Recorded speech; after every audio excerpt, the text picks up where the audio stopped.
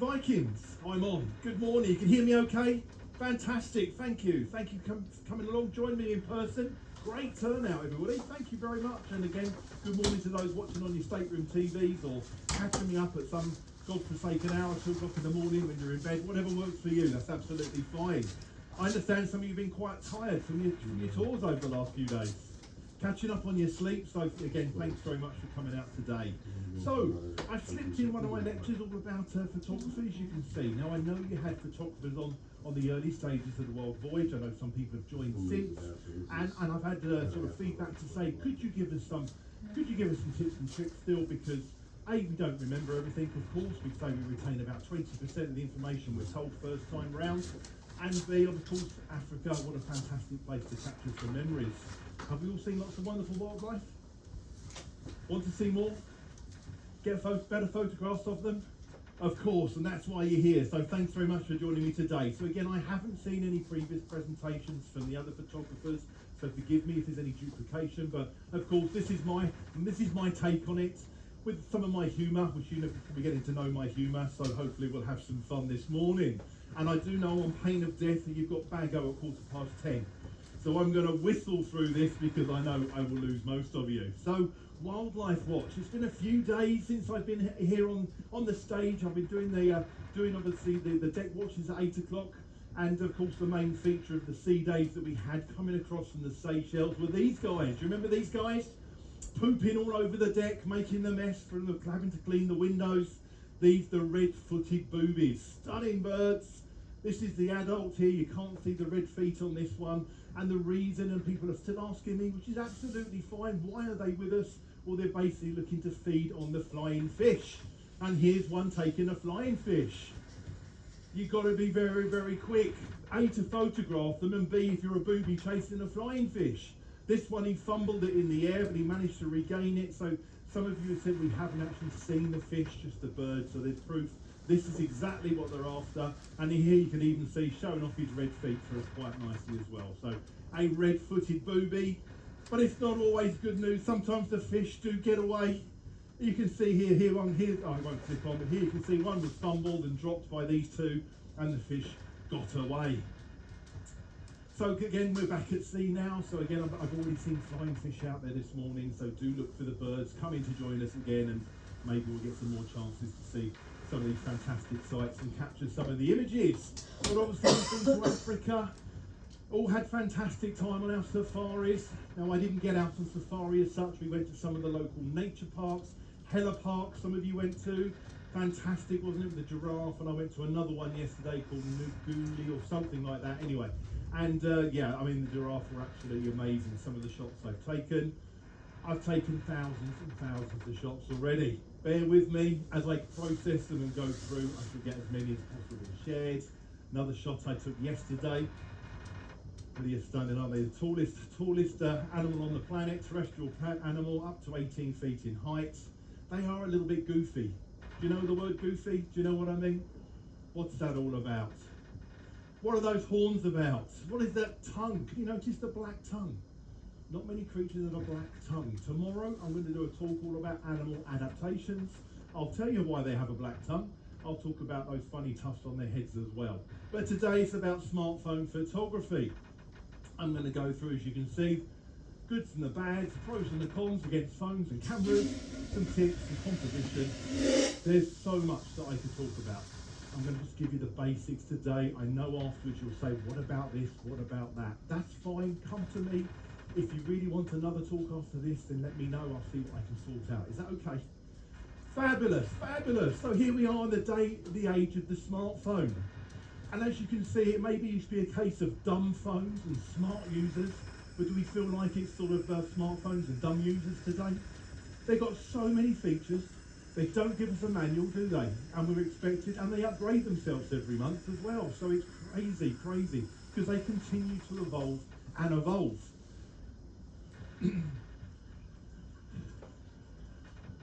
Our grandkids won't know what we're talking about, will they? The days when phones had tails. Everything evolves, including our smartphones. So let's see what we can learn today. Hopefully you'll find these interesting. So a quick question is, what's the best camera in the world? Perfect. You did learn something, absolutely. Claimed by this gentleman, a guy called Chase Jarvis, is an American Pulitzer Prize winner. Great all-round guy. The best camera's the one that you have with you. And you'll notice I always have a camera with me, just in case. You'll even see me in the restaurants. He's clearly not perfect though, because you can see he shoots Nikon, and I shoot Canon. That's a bit of an in-joke there, no offence obviously to any of the Nikon users. They're all fantastic cameras, even your Sonys. Moving swiftly on. Right. Quickly, I'll get myself in trouble. Start throwing things at me. What do you think of this photo? It's a photo. Crap, somebody said. Has anybody got it on their wall at home? Just checking. Right, okay, it's a photograph taken by a German guy called Andreas Gursky back in 1999 of where he lives, the Lower Rhine in Dusseldorf. He took the photo, one of 6. It's called Rhine 2, this one. It had a dog walker, it had some buildings. He didn't like those, so he edited them out. Looked too busy. What would you pay for it? Not a lot. Start with 6 cents, right, okay. In 2011, it sold at Christie's in New York for $4.3 million. Whoa. It's a photo, one of 6. Nice work if you can get it. There is still money out there. I certainly wouldn't buy it, but there we go. Do you remember this one? Windows XP background. It was bought from a photography site for $100. Unlucky, one of the most famous photos out there.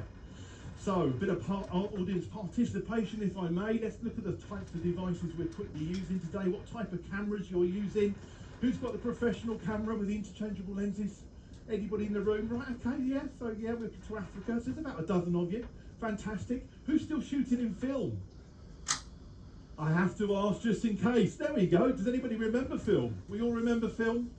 I found this quite recently. See if you get this one. See if you remember this.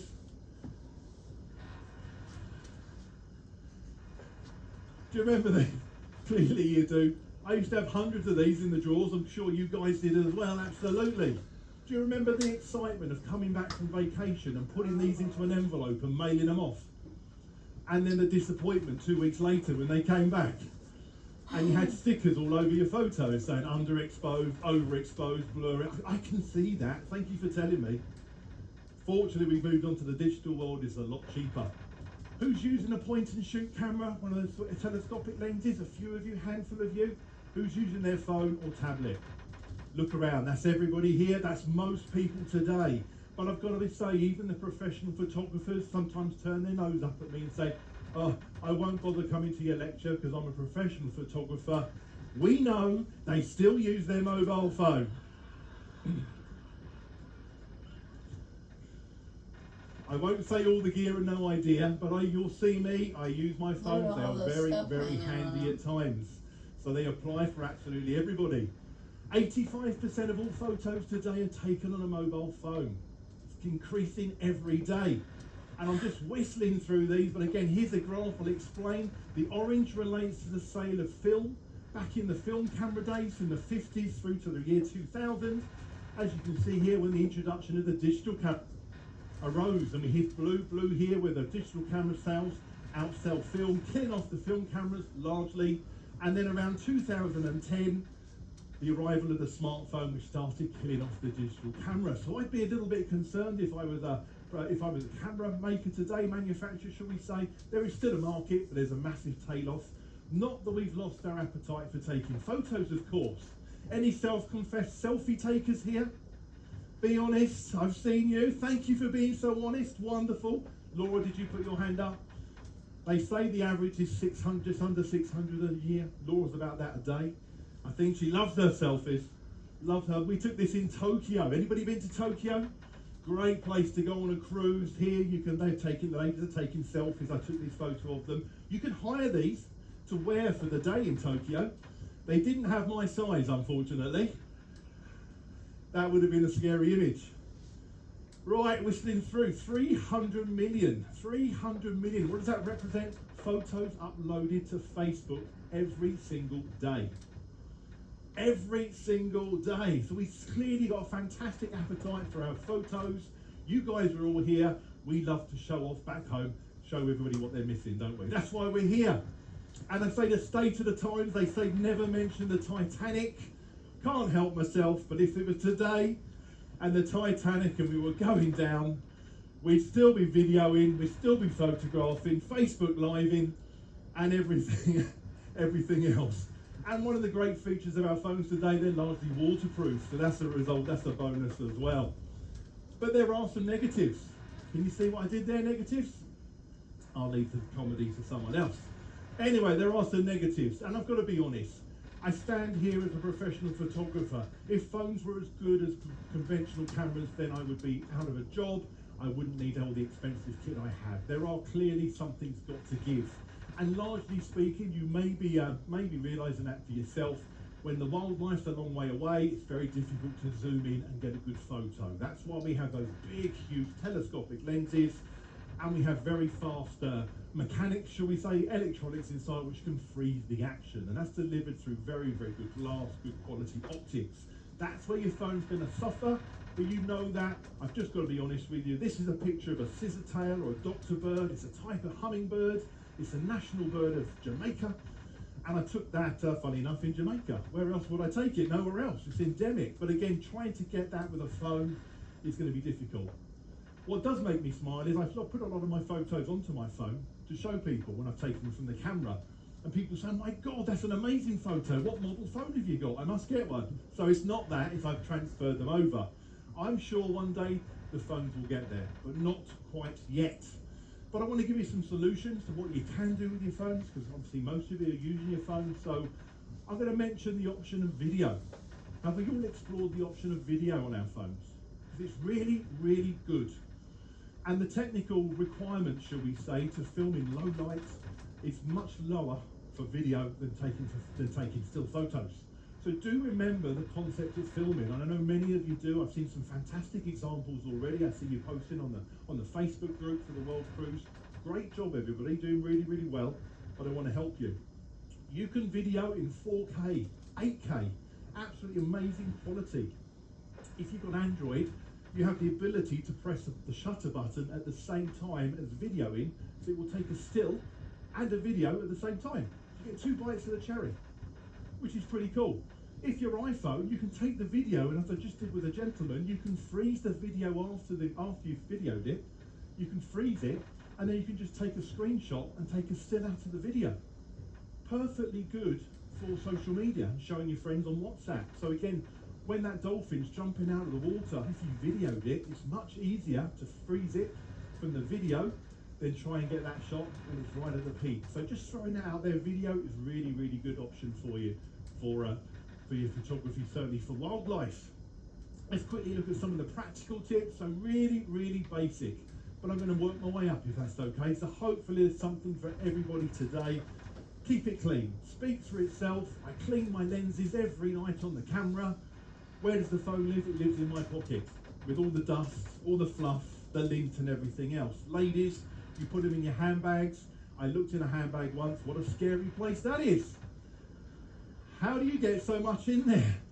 So treat it, give it a clean, even if it's at the end of the tie or whatever it is. Every now, some phones even tell you to clean the lens now. Does everybody have that? It says, please clean me. It's filthy. Yeah, it does. They even remind you. Give it a quick clean, treat it like a camera. So most of the tips I'm going to give you are generic. If for Android, iPhone, smartphone, whatever. And that's fine. But I say if it doesn't work for your phone, then come and see us afterwards. I'm pretty sure we can point you in the right direction. So regarding these, we'll start basic. Again, if you don't follow me, because I talk really quickly, because I've got loads to share with you, you can always take photos of the screen. Obviously it's recorded as well. Super simple tip. Who has got thousands of photos, they have no idea where they took them? Not just me then, not just me. And as we get older and our memories get a little bit worse, shall we see, you'll thank me in years to come, maybe months to come, maybe weeks to come, maybe days to come, shall we say.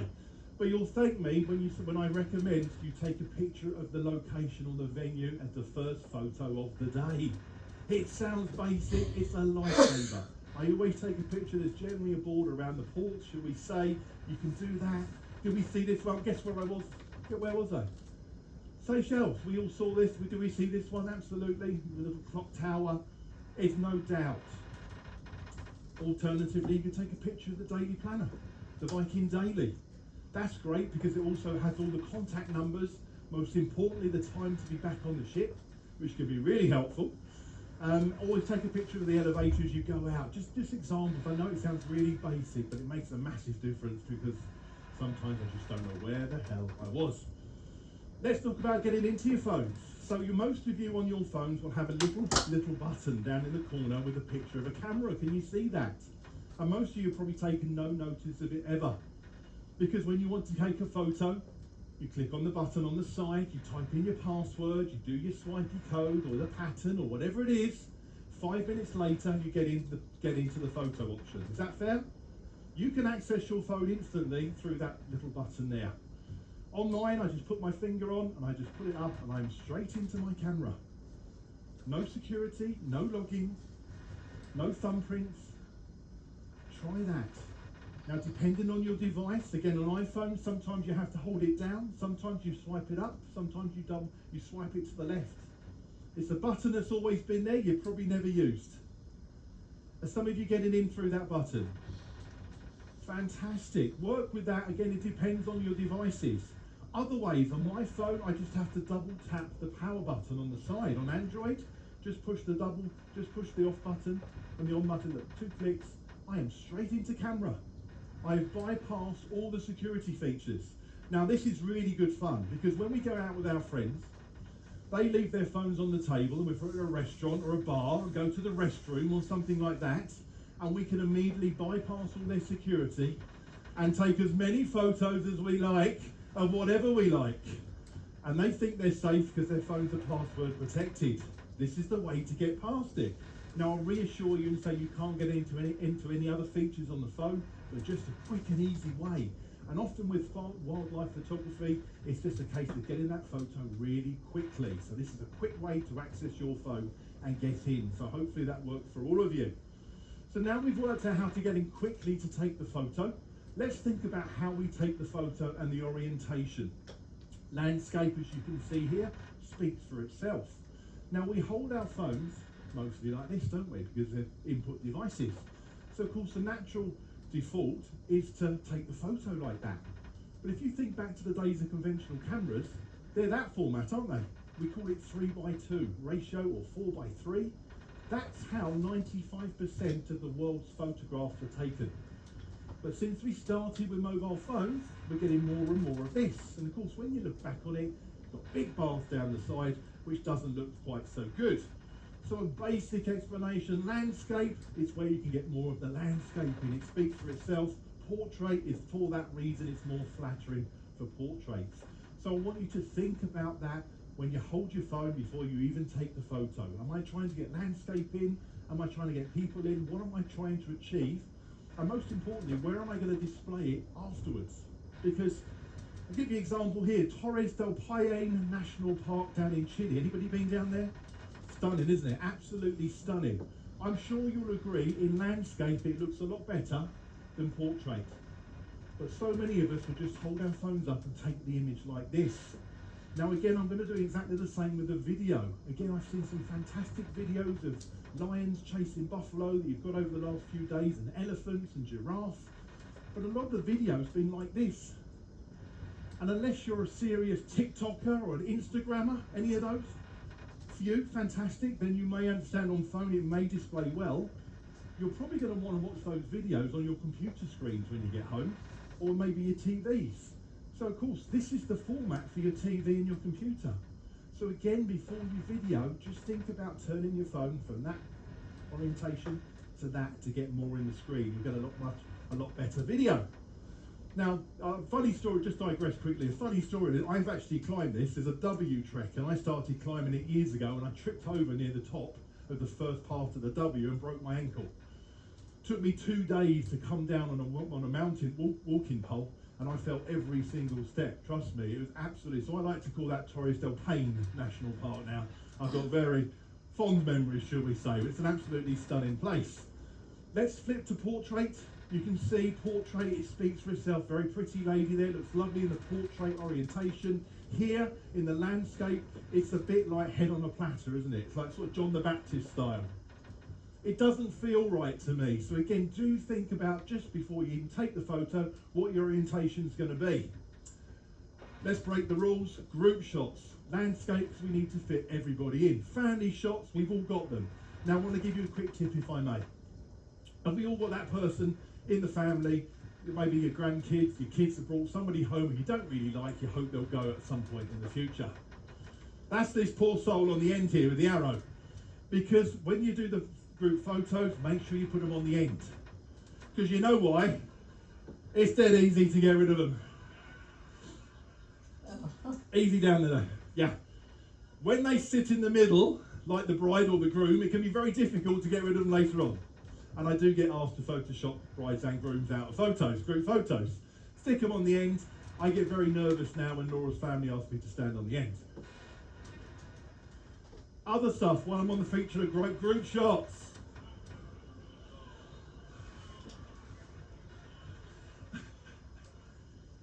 It's her foot. It's her foot. You guys have got minds just like me. I don't know. Thank God you're still laughing as I'll be doing carnival next week or something like that. Be careful, if they can't see you, you can't see them. Line everybody up for the group shots. Do we get blurry shots? Of course we do. We still get them. We get them with the cameras, we get them with the phones. And this is taken by, that's actually me in the red, pre-beard days, taken by great cruise friends of ours, Mike and Sally. And she's really, really bad at photography. Here's a selfie she's taken, here's a gorgeous Sally, and there's us again. Pre-beard days as it were, but it's awful. It's like this, she's taking pictures. Just like with a camera, we've still got to hold our phone steady. Make yourself the tripod. These are dollars to buy on Amazon or eBay. Of course, we haven't got one now, but again, make yourself the tripod. So again, think about how you would hold a camera. We would hold it with both hands. We would sort of spread our legs, bend the knees, lock the elbows in, hold it nice and steady. Basic stuff. But I don't know what it is with mobile phones. We think it's fine to use them one-handed. Wave them around in the air, don't we? Taking pictures through the legs, over the back. Do you know what I mean? I'm exaggerating. And the problem with this is, and again, I am exaggerating, of course. We have it, we line it all up. We have this, and we think, right, I'm holding it with one hand, I'm doing this, and I think, just to take the picture, I'll just give it a good prod as well. Just for good measure, to finish it off, to make sure it's really going to be blurry. Here we go. And I know if you've got fingers like E.T., you can potentially hold it with two hands and dab the screen. Let me make it easy for you. If you've got your camera feature open, and feel free to try this with me as you go, guys. Feel free to get your phones out. If while you've got the camera feature opened, if you literally just touch the volume key, it will act as a shutter release button for you as well. So you can hold the phone with two hands, lock your elbows in, bend the knees, and literally just touch the volume button and take the photo. Is that working? Was that worth coming for alone? Of course it was, absolutely. So there we go. Now sometimes your features are set up that it might start video. One of the buttons might start video. It's only something to change in your settings, but that's still great. One does video, maybe one does photos, some does both photos, or continuous burst mode, but as I said, it's just a setting. So really, really easy. Taking that one step further, if you have headphones, some of you for the gym headphones, whether they're the plug-in ones or even the Bluetooth ones, exactly the same happens. If the headphones are connected, if you press the volume button, it will work as a shutter release. So you've just given yourself a remote control feature for your phones using your headsets. Back to those selfies and Laura, the timer feature. Because again, what do we do for our selfies? We set it up, we hold it at arm's length, we wobble it around, and just as we've lined it all up, we go donk, and then we go back to those blurry shots. Use the timer feature for your selfies. Gives you time, and you'll have a countdown. So you'll see it at the top there on Android devices. Up here, you have the little 2 seconds, 5 seconds, 10 seconds. You can select that. Having lined it up and press the shutter button, it will then count you down, giving you plenty of time to put some lipstick on, check the hair, and it will take the photo for you quite nicely. So that's that on Android. On iPhone, they like, and again, depending on the various software upgrades you're on, it's being changed all the time, you may find you've got this. You've got an arrow at the top of the camera screen. As many of you got that? Can you see that? You just touch that arrow, and that will bring up a whole menu system along the bottom here for you, with all the features you probably never knew you had. And in there, you will find the timer feature. So look for the arrow, press that to bring down the menu, and you will see that timer feature. Really, really handy to use for, as I say, really handy to use for taking pictures of selfies. Don't forget to turn it off the timer though, because there's nothing worse than when the dolphin does jump out and he goes 5, 4, 3, 2, and the dolphin's long gone. Really frustrating. Don't forget to switch it back. So the timer feature is really helpful. This speaks for itself. Some of you have been taking photos of me in here already. I can see your flashes going off. You're never going to light me up from that distance. More than 2 to 3 feet, largely ineffective. Wildlife, it's going to scare it away. In a theatre or a cinema, it's going to irritate everybody else. They're largely useless. The best thing you can do, save your battery, go into your settings and just turn off the flash. Look for alternative sources of light, the spotlights, ambient light, outside light. Just look, it's much more flattering than just a bright light straight in the face at about 2 feet, because that's the only time it's going to work on your phone. What do you think of this photo? Nice photo of a tree. Not so sure that was the intended subject. Our smartphones will try and focus on what they think to be the subject of our interest. They don't always get it right. We can help and influence them. Clearly the lady and the girls were meant to be the intended subject. How can I do that myself? It's very, very easy. While you've got your phone, feature opened as if you're about to take a photo, wherever you want the camera to focus, it may get it right, it may not. A lion sat in the middle of the bush, it might be focused on the bush, not the lion. You just need to touch the screen where you want it to focus. Feel free to try that. You'll get a circle, a yellow circle or a yellow box, depending on your phone and the model. Maybe if you tap the screen on the back of the person's head in front of you, so it focuses on the back of their head, they won't know, they're looking forwards. You'll notice their head will be coming to focus and everything past will go out of focus. Then maybe, focus on the screen, and again you'll notice their head will go out of focus and the screen will be in focus. So now we can be creative. Now we can select and make sure that everything's sharp when we take that photo. Are we all getting that? That's good, isn't it? We can be creative now. The blur in the foreground and the background is something we call depth of field in photography. I've got very expensive lenses in order to do that. Your phone uses software to do it really, really well. And here's an example. So here I've got a picture, some bread and some jam. On the left-hand side here, I've clicked on the screen where the jam is. To get the jam pot in focus, you'll notice the cloth and the bread are slightly out of focus because that's where the point of focus is. Go to the other end here. I've clicked on the cloth is, where the cloth is. Oh, click is not working now. Click on the cloth here, you can see that's sharp and the pot. You can see the difference. So now we've been able to get creative with our photography. But do we sometimes find that sometimes our pictures are too bright or too dark? Of course we do. That's exposure. That's the amount of brightness. So again, the perfect exposure is here in the middle, but sometimes too dark, too light. So in the same screen where we touch the screen to set the focus, you may well notice a little slider next to it. So do look for the slider. Here I've got a little sun and a slider up the right hand side, up and down. You may have it underneath as an alternative. Can people see that slider? So having touched the focus point, run your finger up and down in line with that. You'll notice it's making the screen go brighter or darker. Are you getting that?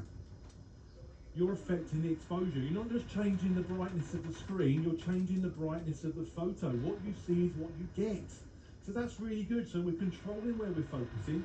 We're controlling the exposure now. So again, if you're taking photos of your loved ones and then they're too dark, you can just pull the exposure up and make it brighter for them. I'll give you an example. Sunsets. We all love a photo of a sunset, don't we? Especially on a cruise. This is us on a Viking ship off of Iceland. With sunsets, your camera looks at the sunset and thinks, oh, that's a little bit dark. And of course it's getting dark because that's what the sunset's all about, the lovely saturated colours, the lovely oranges, but the camera thinks, too dark. I'm going to brighten the image. As a result, you tend to get a brighter image that's very washed out, doesn't reflect what you... Does anybody see that? You get that too bright on your sunsets. You're like, oh, that's not what I'm seeing. That's not what I want to show off to everybody.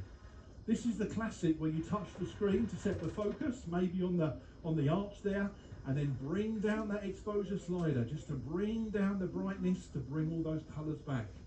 So do try that. We've been having some fantastic sunsets. I've been getting some photos of those as we go. This making sense, guys? You with me still? Fabulous, fabulous. I know I whistled through it, I've got so much to cover. Now, everything I've just told you is brand new, stick with that. For some of you a bit more advanced, shall we say, are aware of these, I sometimes get asked what the little padlock symbols are, because some of you will notice a little padlock symbol or a yellow box on the iPhone coming up saying AEAF lock. What happens is when you push the screen to focus, or you move the sliders up and down, as soon as you move the phone left or right, up or down, it will reset itself, go back to the original. And that can be very frustrating. If you hit the padlock button, you can move, it will hold all those features, and then you can move the phone around to recompose. So that's all that is. This is advanced if you need it. If you touch the AF or AE lock, that will lock the features. Not the end of the world, not a necessary, not a requirement, but just covering what some people ask me, what is the little lock all about? Is that okay? Wonderful. Let's quickly touch on composition. Not my photo, this is a famous photo that went around on social media. I could do lectures on composition alone. I'm sure you know that. There are lots and lots of techniques. They say there's no rules, but there's techniques which are really help your photos. But basically composition is making everything pleasing to the eye. And you guys all know that when you hold up your phone and you've got the rectangle, you're looking to compose, you're looking to see what looks nice in your eye and the way it's going to be represented once you've taken the photo. The danger we get lazy. Because we've got zooms on our phones and cameras, rather than reposition, zoom with our feet, as we like to say, walk towards or walk backwards, what do? We just pinch and zoom, don't we? Who pinches and zooms on their phones? I've seen you all. It's a bad habit to get into. Try and zoom with your feet, as we say, because when you pinch and zoom, you degrade the quality of the image, because as I've already said, you don't have the telephoto lenses as a quality needed to be able to zoom in. So try and zoom in with your feet. Now, of course, if you're on the side of a ship and a dolphin goes by, please don't jump over the side and swim closer, because Richard said you've got to get closer. You're going to have to pinch and zoom. But I'll give you some tips on that. On the back of your camera, you'll have a number of lenses, and it varies from model to model. But most tend to have around 3 as an example. So I've got 1, some have got 5, some have got 7. They tend to give you a standard shot, how the eye sees, the human eye sees, 50 millimeters. They tend to give you a more wide-angle lens and a zoom lens. And they're the ones that are recommended by the manufacturer for that phone. So they're really the ones you should be relying on. On this one it says 0.5, which is the wide angle, 1 and 5. So that's relating to the 3 lenses on my camera. And you're fine to pinch and zoom within those parameters, but where it all goes horribly wrong is when you start going past the 5 or whatever it recommends for your phone. Do you notice it starts getting grainy?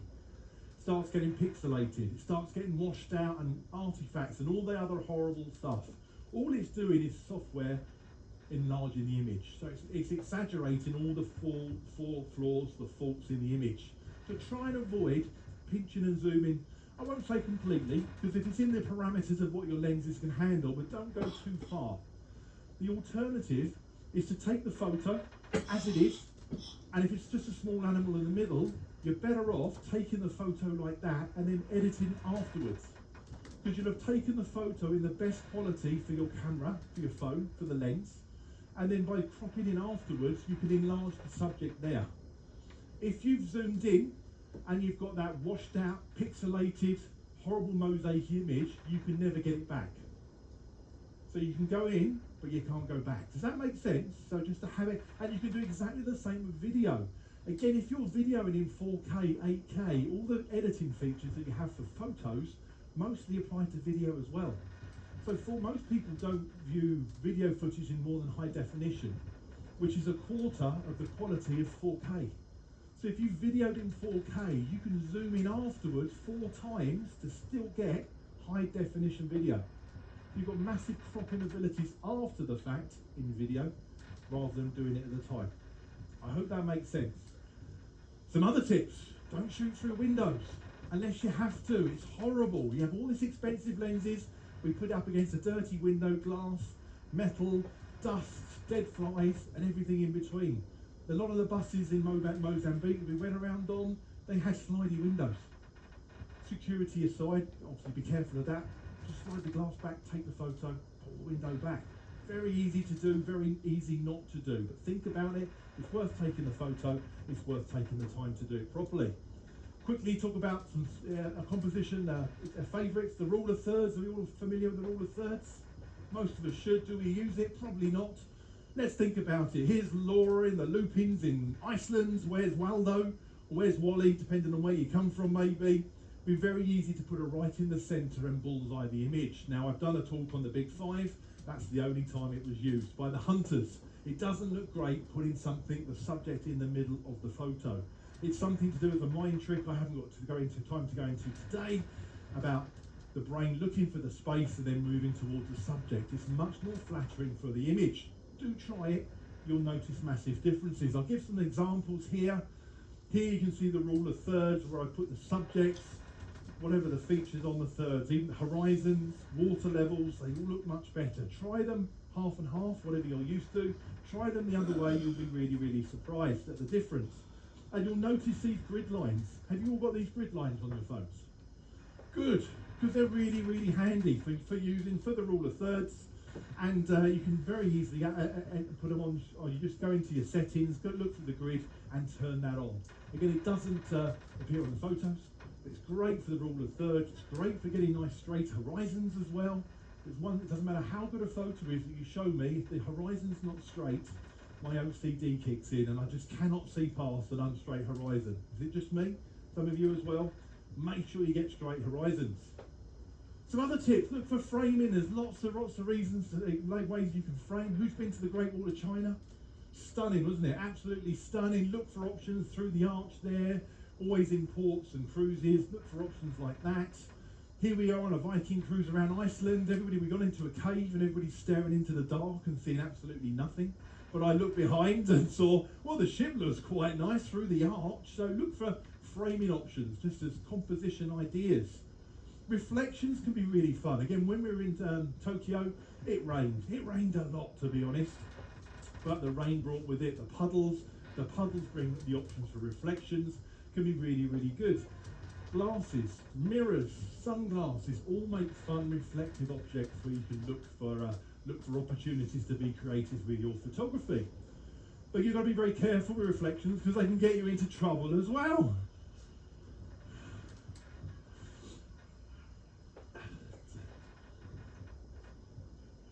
Dear, not my photos, I hasten to add. Clearly not my photos.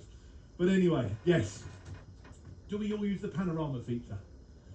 Good. Not all of you, not all of you. For those that do, I might give you something extra as well. See what you think. So loads of features. It's free to try the features out on your phone. So why wouldn't you? If you don't like it, you can delete it. Just try it. But panorama is really, really good. It's the ability to give a letterbox photo. Now, Laura took this in the Seychelles. She did the included tour to, Maldives. What did I just say? So apologies. Where was this? Crossroads. For those of you who did the included tour, you may recognise it, but that lovely letterbox effect taken with her mobile phone. If I was to do that with a camera, I'd have to take about 15 shots, go into some software, stitch them all. It's a pain. The phone does it in one click for you. So let me quickly cover that, because you can even get people in as well. Niagara Falls last year, you can even get, you've got the same top on. Anyway, you can even get people in if they keep still. Sometimes it can be a little bit distorted. If you're very careful, can make for some great shots. So how do we do this? Sometimes along the bottom where you've got your camera feature open, you will see pano or panorama. Sometimes you need to go into options or more. I've yet to find a phone that doesn't have the panorama feature, and it's really, really good. So maybe if you want to play along with me again, bring up your phones and see if you can find that pano feature. And you should be confronted with something like this. Now, going against what I've said, you do want to hold the phone in portrait fashion to get a landscape, because it's giving you the highest ratio from top to bottom. So you can hold the phone like that. And then what you want to do is start at one side of the stage, one or the other. Hold your phone up, and you may see an arrow, and all you need to do is touch the shutter button once, just as if you were taking a photo, and it will start the panorama going. And then you just move your camera across from side to side, and it may be guiding you, and just move the camera across. So you just push the shutter button once to start it, you move the camera across, and when you've had enough, or you get to the other side, you push the button again to stop the panorama. And I say it may well guide you. It may say slow down. It might give you guidelines to up and down. Are we sort of getting that? It's one to practice with because it's really, really good for cruises. Sail-ins, sail-outs, the lovely harbours we see on some of the places we go to. Panoramas are absolutely amazing, as you see. So basically, when you click the stop button, so it's one to start, one to stop, it will create this fantastic image, and the phone will do it for you automatically. You go back into your last photo taken through your photo part of the app on your phone, and you will have that panorama displayed. So some homework. And again, if you can't work it out, come and see Laura and myself anytime. We'll talk you through it. Is that all right? For those diehards that already use it, what about doing it vertically? Were you aware that you could do that? Ooh, woohoo! Yeah, there we go. Turn the phone on its side, and you can go from top to bottom. Really good, like the atrium outside. You can get the bago in, you can get the screen in, you get the ceiling in, going from top to bottom to do a vertical pano. Again, just follow the arrow. So turn the phone on its side, follow up the arrow. Some phones even detect the movement, so you don't even have to turn them round. As you start moving, they will automatically switch their orientation. Have a play, come and grab us. Portrait mode, very quickly. Portrait mode is a great feature. It accentuates the subject. Here I am, New Year's Eve on a ship, the usual photo. You'll notice the background has been blurred out here, which is a portrait effect. Again, that blurring, that highlighting the subject. Really, really good to do for your photos. And it's not just portraits, it could be wildlife, it could be food. Who takes pictures of their food? You do, I know, I've seen you. Try portrait mode on the food. It's amazing. The food's already fantastic. So again, you might see the option when you've got the camera feature open, you'll see portraits down here. Look for portrait, select that, and it will blur the background, the edges of the subject. You can even apply the different amounts. Now on on Android, and it's coming with iPhone, so you may have it, you may not. After you've taken the photo, if you forgot to apply portrait, you can go into the three dots and select apply portrait effects. You can apply it to photos afterwards, which is really, really good. Currently on Android, coming to iPhone very, very soon. Try it with food, try it with wildlife, try it with people. It's absolutely fantastic. Right, I'm bang out of time because you want to go to Bago. So quickly, check your backgrounds. Very, very important, check your backgrounds.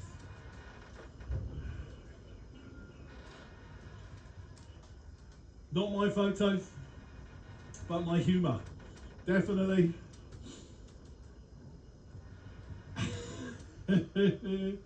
Oh dear, be careful hand placement.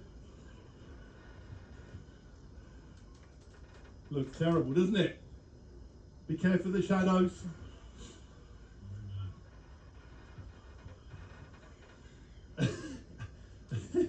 I haven't got time. The last one, right, the last one. Dear, oh dear, oh dear. You get the gist. You get the, oh my God, she's taking photos. Don't show the cruise director. You get an idea. Composition checklist. Laura's got hundreds of photos of me with trees and lampposts coming out of my head. Do think about, check your subject, check your background, check the lighting. I say turn the flashes off. I can still see them going. They're useless, honestly. Is it straight? Use those grid lines. Enable the grid lines. Great for the rule of thirds. Great for getting straight horizons. Could I get creative? Think about those reflective surfaces. Think about getting low down. Every photo we take is pretty much head height, isn't it? Everybody's used to that shot. Think about, I showed you those giraffes at the beginning. The height of the giraffes, I was down on the floor like this, trying to take a photo to accentuate the height. So think about going high, low, anything different. And editing is absolutely fine. People say, oh, it's too easy these days, it's fake. It's just the digital darkroom. We did the same with film, to be honest, with dodging and burning, for those who remember. It's exactly the same. You've got great editing features on your phone.